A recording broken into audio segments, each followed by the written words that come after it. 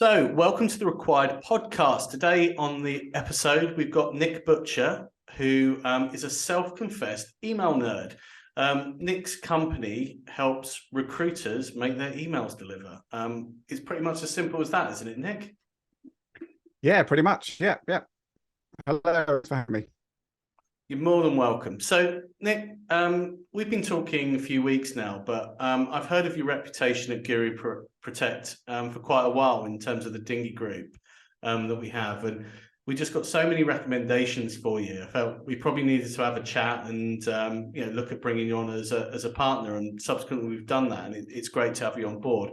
I know when we were doing our talks, I found out stuff about email that I never knew. So it's super important. And actually, I just didn't realize how important email still was to recruiters.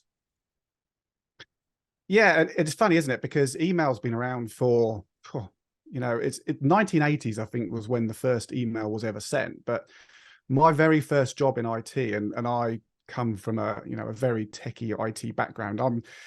I'm the guy that you used to call when things didn't go wrong, when you got your first PC on your desk, that sort of thing. But my very first job, when I was straight out of university, sort of age 21, was installing email onto people's desktops. And people were going, why do I need this email? I don't need to, I can ring them or do whatever. And, that was only 20 certain years ago. And now email is such a huge business tool. I don't think we could ever imagine sort of doing business without email. It's one of those tools that is almost a given to a certain extent, but it's changed. But fundamentally, actually, although it might have changed, underneath technically it hasn't changed. So the whole reason why we have so many issues with email, and I say issues because the issues are that, and it started off with spam. I think everybody knows what spam is. It started off as you get the Ray-Bans and all those sorts of emails that you used to get a long time ago, and they were just sort of junk emails. And then people wanted to try and block those out, so then became spam filters and such like. And that's really progressed, because now what we're getting is sort of a lot more dangerous emails. So we're now getting phishing emails. We're getting emails that try to trick people. And ultimately, they're all have some sort of intent to try and trick somebody out of either data, information, or money. So ultimately, these things have just moved on from the old Ray-Ban email, but we're at the stage where email has sort of progressed that there has to be so many checks in place that actually it becomes sort of counterintuitive to the way email was first developed.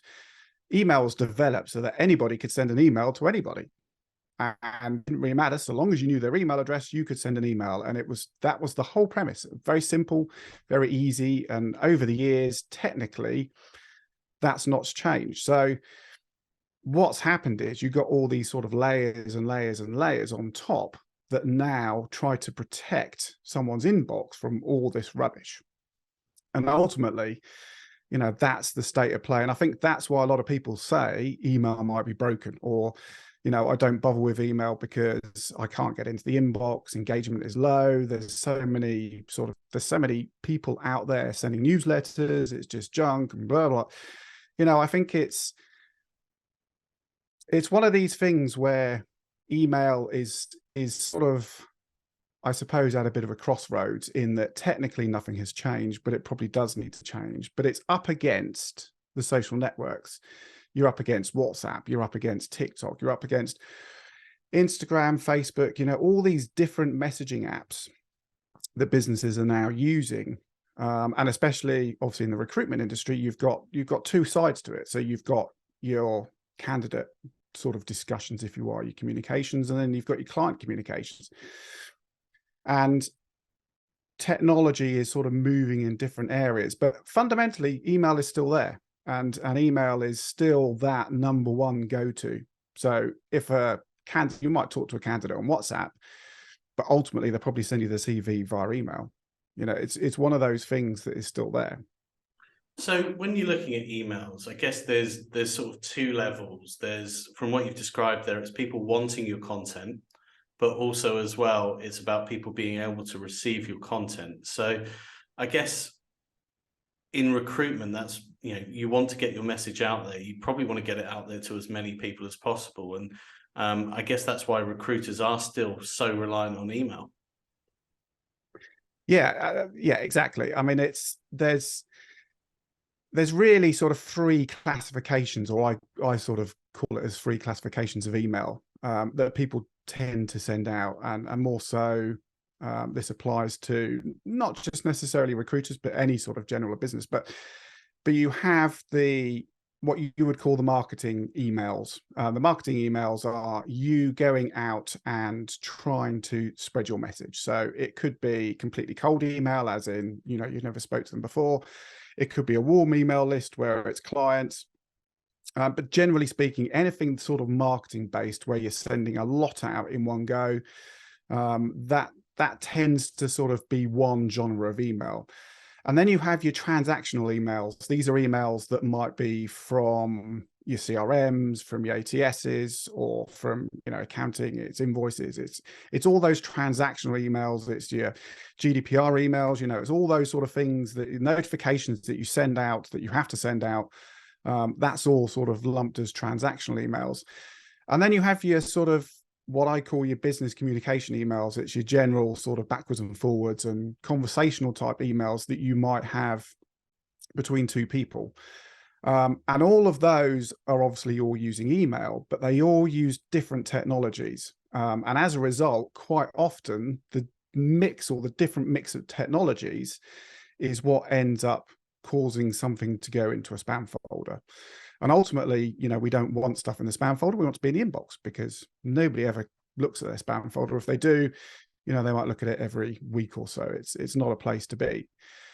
But it's one of these things where everybody believes it's just a spammy word, or it's something in the subject, or it's a dodgy link. It's something that you have put in the email that might cause it to go to spam. And generally speaking, nowadays, it's not. Okay.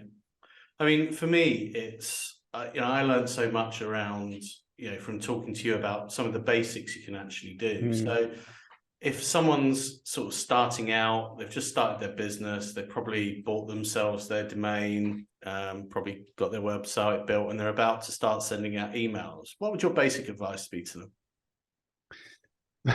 Basic advice is don't send any emails out for the first 30 days of you having a domain. That's for sure. So it's a bit of an unknown, I was going to say element, but it's one of these things that when you first buy a domain, it has no reputation whatsoever. So what I mean by that is it's, hasn't been seen by any of the mailbox providers that you might be sending to. Now, when we're talking mailbox providers, we're talking about Gmails, we're talking about Office 365, those big sort of players, Yahoo. A mailbox provider is anybody where you basically have your inbox. And we all have different mailbox providers, but generally it's one of those sort of 3 or 4. It's one of the big players generally. And what happens is, as a business, as a startup, is you register your name, you get your domain name, and you think, great, you attach it to Gmail, or you attach it to Office 365, which is fantastic, and then you start sending emails, and it's all good. But in that first 30 days at least, and it sometimes extends to 90, but certainly within the first 30 days of having that domain, you shouldn't really send an email at all. And that's because many years ago, what used to happen was a lot of the spam sort of, I call them manufacturers, but a lot of people that were sending spam out were basically buying domains, burning them within 30 days. So a lot of the mailbox providers just basically put this blanket, if it's 30 days, then we're either not going to accept it, or we're going to put it in the junk folder, or if you're lucky, you might get it delivered, but it's with a very low threshold to any indiscretion within that email, and it's blanket banned. So it's really no email for the first 30 days. And then it's a case of really conversational emails. I wouldn't start with any marketing whatsoever for the very first part. I would have conversations. So start emailing your contacts, start having replies. Email is supposedly, and the mailbox providers, this is what they want, is they want conversations. They want people to reply. They want, they want that flow in email, because then that means they're coming back to the inbox. It's that audience retention. It's the same as socials. It's that audience retention. It's making sure that they're using their product or their product suites. So basically, you have to establish your reputation. Yeah, it's all about establishing a reputation from having a reputation of zero. So reputation's a funny thing, isn't it? Because generally speaking, you sort of, it's one or two things. You're either assumed you've got a good reputation until something goes bad, or you have to build up your reputation. So in this case, it's a build up. You have to prove you are good. You are sending good email. And it starts with that conversational email. So there's a lot of AI algorithms out there now, the mailbox providers, they're looking for conversational email, and that's what they want. So yeah, start with conversational email, sign up to some newsletters, get some inbound emails in. It's the general sort of advice. And then it really depends on marketing as to what you do next. And I say marketing with a bit of a sort of capital M, in that if you're going out to an existing list that have been engaged in the past with you, they're warm. So basically they're warm, they know you, they're likely to engage with you, then you can take a bit of a faster approach. But if you're going out to a cold list, you have to take a much more of a slow approach. And that's where you sort of have to look at things like warm-up tools, and you have to look at generally how you're configuring things. But ultimately, there are some things that you can do right from the outset, which I guess is more where I sort of come in, that make sure that you get your domain reputation as good as it can before you even get to that point. So with your service, what you do is you'll start off, you work with people, you'll help them in the early days, or even help them recover a reputation. And then as things change, you just monitor it, improve it, etc. Because as you're saying, email is very different. I think you were saying before, 5 years ago to how it is now. Yeah, absolutely. And unfortunately, a lot of what I do at the moment is people are coming to me because they're in the junk folder. So that's generally where we're at a starting point. And I say unfortunately because it's much easier for me to work with you before you get to that stage, because I can sort of stop you getting to that stage. It's much harder, and we have to do a lot more work and more slower work in order to sort of get you out of that junk folder situation. But a lot of people are coming to me and they're in the junk folder. And I have many clients who generally are trying to do the right thing. And it's not that they've actually deliberately, sending out spammy emails, or they're deliberately just trying to blat away at 1,000 email addresses they bought from Dave down the pub. They don't know what they've done. They're at a bit of a loss. They're pounding away, and all of a sudden, engagement drops off. It's slow to start, but they're noticing that maybe 20% of people, 20 people out of 100 might sort of look at their email. And that's generally when people get in touch with me. But it's much, much better if we can have that conversation earlier, because then we stop that reputation sort of falling almost into the gutter, I suppose, because it's once you're in the junk folder and you have that reputation, it's very then difficult to try and climb out. Right, I'm going to take a punt here, and I'm going to ask you to have a look at RecWired.com and tell us how email deliverability is. Now, bear in mind, some people will be listening to this. We're available obviously on YouTube, but some people will be listening to this. So you're going to have to do the TV and the radio commentary when you share your screen as well. Yeah.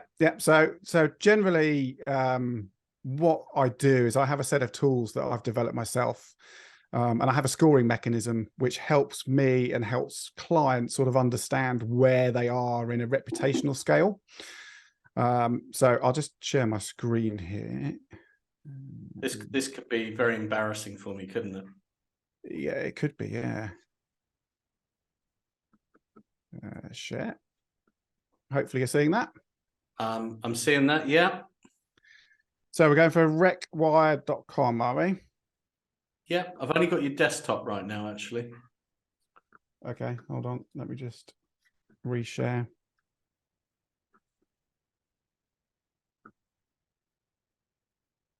Hopefully you've seen that. I've got the green bar around it. Yeah, RecWired.com. Okay, so I've got a radio edit version.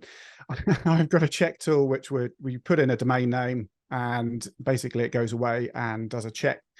Now what it does is it looks at a number of records associated with that domain. So when you get a domain and when you set up email, you have to put some things in place. Generally, you're sort of guided by the mailbox providers in what you need to do. And quite often you just sort of click here, do this, do this. You don't really know what you're doing, but you're basically setting up certain things in the email. All of that is publicly available because that's how email works. So what I do is I have a tool which looks at all of that and then sort of compares it to what it should look like. And then you get a rating. So for the viewers on the TV, they can see that you've got a C rating. Now, ratings go from G-, which is, you if you're sending an email, it's surprising you get it through to anybody, up to an A+, which is, really, really good.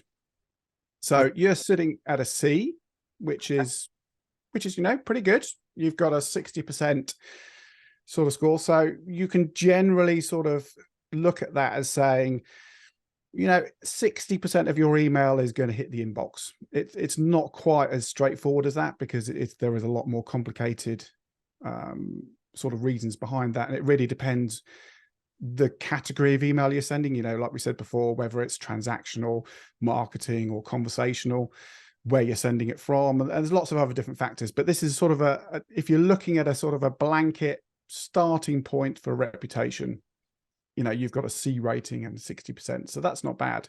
Okay. We check sort of 9 or so things and I can see, you're missing a few records. So if you were coming to us as a customer, then, we would start to delve into some of these in a bit more detail. What I do is a lot of trying to get your reputation right is actually all about putting some security policies and you'll have to stop me if I get too technical here because it is quite a technical. 100% will stop you if you get too technical, but you're all right for now. So if I can paraphrase, you'll come and look at the faults and you'll do the bits to fix them. Yeah, exactly. So whenever you get a sort of an email system, whether it be Gmail or Office 365 or whatever it is, they will tell you to put some records in, and you do that and you set it up and everything works. Then you might have something like maybe Loxo or another automation tool in the background that might be sending out your marketing emails, or you've got a CRM or an ATS system which is also sending out emails, and you do the configuration for that and everything's great. But ultimately what we need to do is we need to look across the board at all of the sending, I call them platforms. So sending platforms, wherever you're sending email from, we need to look at all of those and bring them in as a sort of a collective whole, and then look at the settings from that point of view. Because ultimately, your marketing platform is actually not particularly compatible with the way that your conversational email might go through Gmail, for example. Okay. So, I mean, I pretty much as someone who got C's all the way through school, I think that's all right. Yeah. Yeah, it's I've seen a lot worse, and as I said, quite a lot of your members sort of come to me, and we're in the F's and the D's and the E's, and it's because they're just growing and they've bought on all these different platforms, and what I do is quite a technical thing, if it's the best way of describing it. And it takes a bit of knowledge about all of these email standards. So there's a lot of email security standards that have been around for a while, which try to address some of these problems, like getting phishing emails and all this sort of thing. And what I do is I put all of those standards in place, which actually gives you a much higher reputation. So this is sort of how it works. Do it for, so I could say, go and sort that out. We pay your monthly fee, and that would be it. Yep, exactly. We So don't, I don't need to know, I don't need to go in myself and configure it. You just handle that. yep. So the way that it generally works is that I've designed the system so that the system does the work with me driving it, if you like. And all we need to do is we have sort of a what I call an onboarding call, and you point stuff towards my system, and that's it. That's all the involvement you need to do. We might have to have conversations, and those conversations are, do you use this, or do you use that, or how do you use this? It's for me to understand how you use email.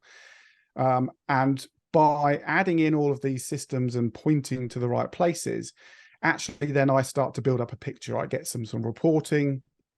I can sort of start to see what's going on with your email.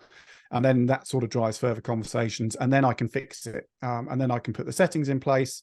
And then it's a case of just, from there on in, once we've gone through this process, and it has to be quite slow, actually. The process of fixing an email can take up to about 12 weeks. It can't be rushed.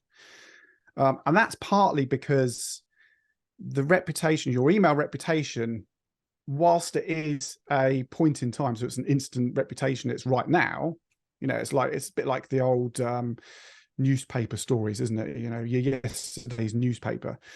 It's a bit like that to a certain extent, but they have a bit more of a sort of a longer term view on it. So, if you are trying to fix things over a couple of days, that's not going to happen. It has to be a sort of a number of weeks. And so we take a very slow approach to it, and we slowly fix things. Now, if you'd have come to me at the beginning, things can be much quicker because we're not actually having to repair a reputation. We're actually just putting the right records in place. So the right time to do all of this is before you hit the junk folder. But once we've got this reputation repaired, typically quite a lot of the clients will see at least 50% more engagement. In fact, I have some that have quoted 80%. Now, I don't know what they were sending, because that seems to be a huge so an 80% open rate and engagement rate, that seems to be huge. Wow. They might have only sent 10 emails. I don't know, but that's what they've quoted. Typically, it's around 50% is what I see. And that happens relatively quickly as well. So whilst it might take 12 weeks to fully repair, from having pretty much all of your email in the gusser and in the junk box to suddenly, within a few weeks starting to see some engagement again. I've had those clients, the one recently who was really, things were a mess, and a real mess, to the extent that he was actually thinking about going to a different domain and all sorts of things. But we've actually managed to turn things around. And I got an email from him a couple of weeks ago, sort of 3 or 4 weeks in, saying, do you know what? My guys are seeing open rates and we're starting to get engagement again. This is brilliant. And hear that a lot of, I've seen companies that almost have an email domain for their email marketing and then an email domain for their transactional conversations, because one's like a scorched earth, the other's actually important to them. Yeah, and that is quite common. And it's marketing is more likely to drive that reputation down, because just through the simple very fact of how you're sending emails. And unfortunately, I'm not a great advocate of some of the marketing platforms, because, and it's not generally their fault as such. It's more because they want the data. So the way that they set email systems up means that the replies go to them and various other things go to them, but actually it breaks some of the fundamentals of email. And whilst it might work from a bulk email point of view, from what we're trying to do in terms of, provide that nice, stable, happy, sort of steady, what's the word? Reputation, I suppose, then we're constantly battling with some of the marketing platforms. And it's always a bit of a tweak. So I never, there has to be a better way. And my brain is working on a better way of making this all work. But ultimately, when you send out a marketing campaign, that's what's ultimately going to break your email, because it's never really the conversation. It's never really the transactional. It's always the marketing side. With your tool, I guess you can basically go and check any company in the world. So it doesn't even necessarily have to be your own, does Yep. it? Sure. Indeed. I'm sure you've thought. And do you know what? The funniest thing is that Gmail and an Office, so Hotmail and Gmail, if you have a personal account that's gmail.com and hotmail.com, their records are nowhere near as good as the ones that we would put in place. Yet, funnily enough, they never seem to have a problem. It's interesting. Very interesting. So typically, how did you end up in the recruitment niche? Because email's email, as you said, it's ubiquitous. Everyone uses it. There's, you know, everyone uses it. All good. And but suddenly all your customers are in recruitment, or the vast majority of your customers are in recruitment. Yeah, and I'd like to say it was all by design, but it definitely was not. So the whole reason, and I guess the whole point of Guru Protect coming around was that actually I was the other side of the fence. So I was the one in the corporates running big spam filters, and I was the one blocking email. You know, I was that bad man of the company. Recruiters' emails, and you're an IT manager as well. And I bet you didn't used to take cold calls from us lot either, did you? Nope, absolutely not. Nope. Don't you turn game. And here I am, the recruitment side. Isn't it funny how things work out? I should have taken those calls. But yeah, so I was blocking email, but I was what I was looking at was actually all this blocked email, and I'm going, this shouldn't be blocked. You know, I don't know why these people haven't put this. Why they haven't put records in place, and this was customers and suppliers of this particular corporate that I was working for, and it sort of, I suppose the spark or the light bulb moment sort of hit, and it's like, well, it's really easy to do this. And I started helping some of them. I sort of started to sort of phone up their IT guy and go, look, if you did this, do this, then actually you're going to get through our spam filter, and because it's not spam, it's just you've got a bad reputation. And so it sort of dawned on me that actually there was something there. So I first of all sort of built this system and was looking for people to sort of come on board. And as you rightly say, you know, email is, everybody has email. So I was just sort of blasting out to everybody. I didn't really care. As long as you used email, it sort of came along, you know, come along and I'll try and fix it for you. And then what happened was I think there was one guy that came along I got from LinkedIn, that sort of came in, and he was a recruiter and, you know, had all these problems, and he didn't really understand IT. And so, you know, I went through my approach, which is very similar to what we did with you. You know, we sort of had a look and sort of went through all these platforms, and I fixed his email and got it all working. And, you know, he's very, very active in some of the RecWired groups. And then slowly, and this is before I even knew what RecWired was. The first I heard about it was a WhatsApp group. You know, I've just heard your name mentioned in the WhatsApp group, and I'm like, what WhatsApp group? I know nothing about this. But anyway, great, nice to talk to you, and, you know, help them as well. And slowly, I sort of got picked up more and more and more. And then sort of one day I said, what is this WhatsApp group that everybody keeps talking about? And then it was sort of like, well, it's RecWired, and, you know, it's this and this and various others. So, and that sort of led me to having a conversation with you, I guess, Andy, in terms of, you know, what is it? What are you guys doing? Why am I getting all these people suddenly appearing?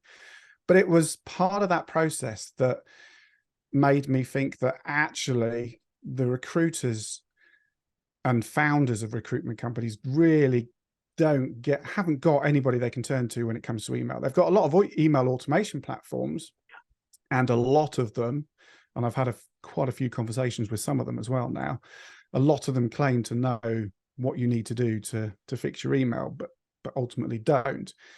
And so I felt that actually as a market, as a niche, they were really, really undervalued when it comes to sort of that email advice. And I'm more about, you know, making sure that we get the right things in place and we get your email fixed, more than I am potentially about some of the commercial stuff, to be honest. And that's probably at my detriment, but I think the thing for me is the group is somewhere where people go to share their problems and Yeah. or ask questions. And if you've solved someone's problem, they'll tell someone else. And then what happens actually in the groups is you get this massive FOMO of, oh, you're getting 80% more deliverables. Why aren't I getting 80% more deliverables? And then I guess, then it resonates with people as well, that actually maybe I'm not getting through. And the other thing is actually people don't often know whether their stuff's going through or not, because No. not every mailbox is configured to say deliverables. I know that a lot of the engines now are around not saying whether it's delivered or not, privacy, you're not allowed to, Apple blocking IP track, all sorts of things are geared up now to stop you knowing. So Yeah. it's almost like, how would you know? So actually it's the fear of the unknown is probably as powerful, I guess, that people think, but it's a bit like, you want to optimize it so you give yourself your best chance. That's the way I'd look at it. Yeah, although I think people do know when their emails are not being read, and and the trouble is there are quite a few metrics you can look at. So especially if you're using marketing platforms, you can see how many emails are being opened, how many emails are being read. But the problem nowadays especially with open rates, is that so many of the spam filters will actually open an email automatically, look at the links, look at the content, and then pass it on. So your open rate suddenly sort of, you can normally tell this when you send it out a campaign, and you might get 20-30% open rates within the very first 20 seconds. You think, well, there's a lot of people reading my email, but actually not. It's the automated system. So open rates are you can't really go on that. And if somebody's got, which we all have, you have that preview pane, then, your open rate, they might not read your email, they might skip over it. And it's very difficult to gauge anything. So I think a lot of recruiters go by engagement rate. So, what are they getting back? And it's usually, this is what I hear, is that usually that engagement rate drops and drops and drops and drops. Or the classic one, did you get my email? And they go, no. Oh no, here it is. It's in junk. Yeah, or it's in spam. So it's like, oh, how did it get in there? Okay. Or the other classic one I hear, which is even better, is that, they have a conversation, they go, and at the end of it, they go, check your junk folder, because it always goes to junk. Or you see that at the bottom of emails, please check your junk folder because it likely goes to junk. It's that anticipation that it's going to go to junk. But all of that is generally around the engagement rate. And unfortunately, it's not a figure, because there's no way of knowing. Mailbox providers don't tell you whether they've sent it to the inbox or not. There are tools you can sign up for, especially for Gmail and Google, but they're not that reliable.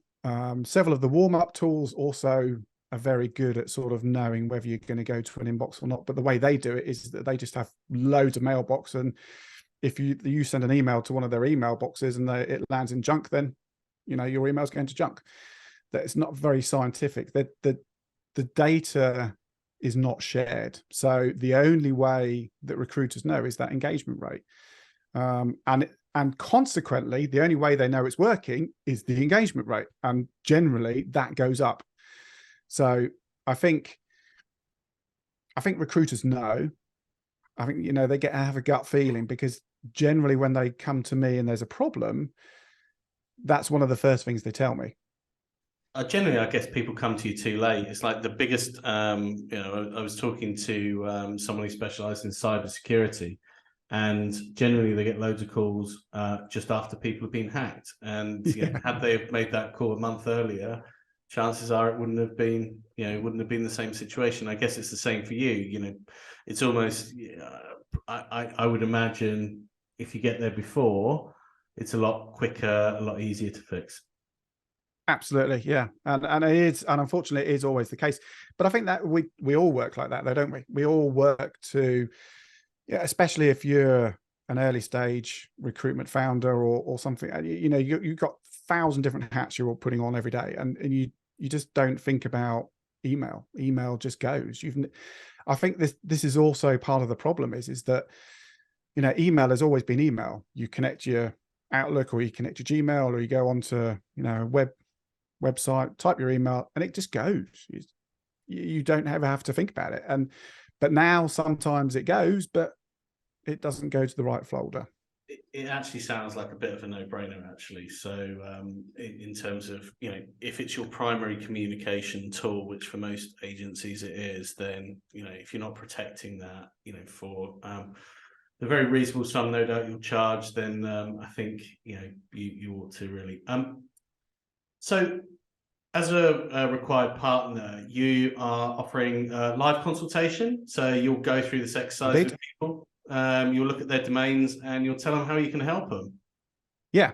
So we actually do sort of almost what we just did, actually. So in a very, very similar sort of fashion, but a lot deeper in terms of looking at the different platforms and everything else. But yes, so yeah, it's a live you'll tell consultation. people how bad it is. You'll really bring them down. You'll get them really upset, and then you say it's okay. Put your big arm around them and say it'll be okay. We'll get you back. Yeah.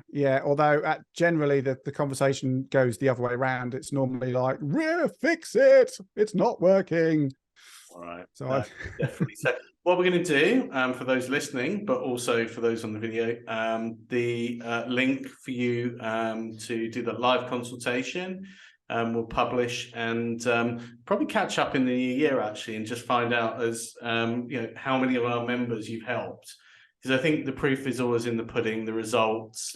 By your very nature, I'd imagine you're quite analytical. So it would be good to understand, those members and what impact as well. Because ultimately, we send emails for a purpose. We send emails to get results. And if we can get more emails through, if we can get better quality of email and help people with that, we're going to make more placements. It very much is as simple as that.